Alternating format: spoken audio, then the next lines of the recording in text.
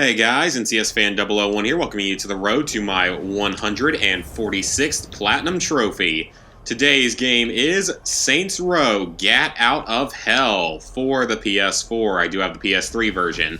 So the last trophy is for dying from lava, which I didn't even die once while playing through this game, so that says something, I guess, about how fairly easy this game is. So we're just going to sit here and die slowly from lava. So, Gat Out of Hell it's got a PS3 and PS4 version, just like Saints Row 4 did. This is a very easy, mostly Platinum trophy, but there are a few problematic parts to it. You have to complete all 101 challenges, which is quite a few. Now, the good thing is many of the challenges are related, at least, to... That's actually kind of cool, that death scene. That's actually kind of interesting. I didn't know it would have a different death scene. Alright, so there was our Platinum trophy, so we're just going to wait for it to disappear. And we're going to back out. Oh, wait, what did that say about being killed? Oh, okay. Well, it's not like it made a difference. Anyway, so... this is a fairly easy game overall, but it does have a few difficult trophies out of it, so I'll get to that in a second. But yes, you have to complete every single challenge. There's 101 of them, and that's where you're going to be spending a lot of your time. There's also time-limited trophies, but we're going to look at that now. So you have an easy story-related trophy, then you have toward the 100%, you'll get this along the way. Flying, that one takes a while, but you might get it by the end. That's easy. Then you have some of these ones related to superpowers, and you are going to need to do these superpower-based ones to get challenges completed in the game, which is nice for the most part. I don't think this one actually has one, though. The 7 Deadly Sin weapons, which are really, really cool, like the Armchair Geddon, which is basically an armchair that you ride around in with machine guns and a rocket launcher on it. That thing's really cool. You have to fully upgrade all weapons to get all the challenges done. Purchasing all the upgrades, that's just going to take a while. This one I thought was glitched, but it really wasn't. Your best bet is to use the Halo Stomp, because that's the easiest. That one works the best.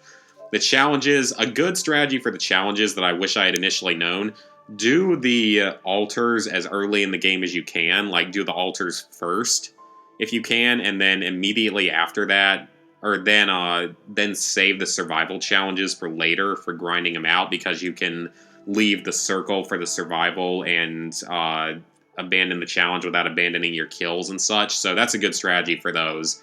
I did it sort of the opposite way, and it meant I had to do some more grinding. But it still wasn't that bad. Collectibles, then you have a time-limited trophy, but this one's very easy. It'll take about 4 to 5 hours to beat the game anyway. Upgrades, different enemy types, collectibles.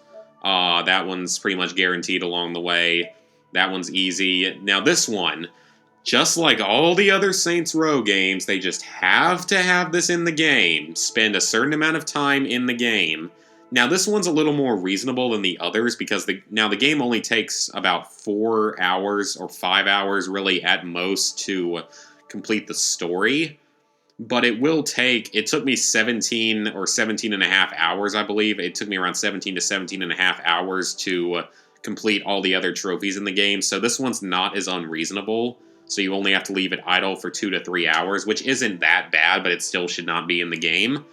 You also have to play this one in co-op for 3 hours, which I ended up just spending the time grinding out some weapons challenges with one of my friends, because we both needed the trophy.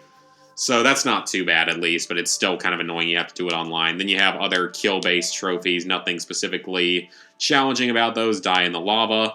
This one right here is one of the toughest ones. Car surf on a comet while it explodes, because it's completely luck-based as to whether or not the car will actually ignite.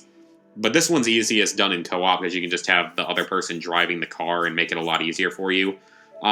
This one's missable, and this one's also missable, but they aren't that difficult as long as you know about them. And then most of these other trophies are pretty easy as long as you know that they're there. The only other one... this one I think is also missable, but I'm not 100% sure about that. It's very tough to miss. Then you have this one. This one is annoying. This is probably the other hardest one in the game. Hit 5 vehicles in a row without touching the ground in fraud. Just because they all randomly explode. It's, again, completely luck-based.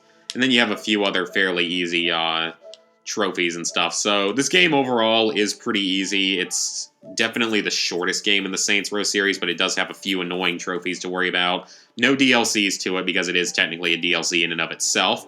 So, level 35, 89%, 7,923 total trophies, 146 platinum, 738 golds, I believe that is, 1,909 silvers, 5,130 bronzes. So, I kept saying that my next platinum would be Back to the Future. I just couldn't stand to do another story-related game after Book of Unwritten Tales 2. I needed a break and something more action-packed, so hopefully next will be Back to the Future, or it might be Far Cry Primal because I'm getting that next on Gamefly. I don't know yet, but hope you guys enjoyed the video. See you for the next one.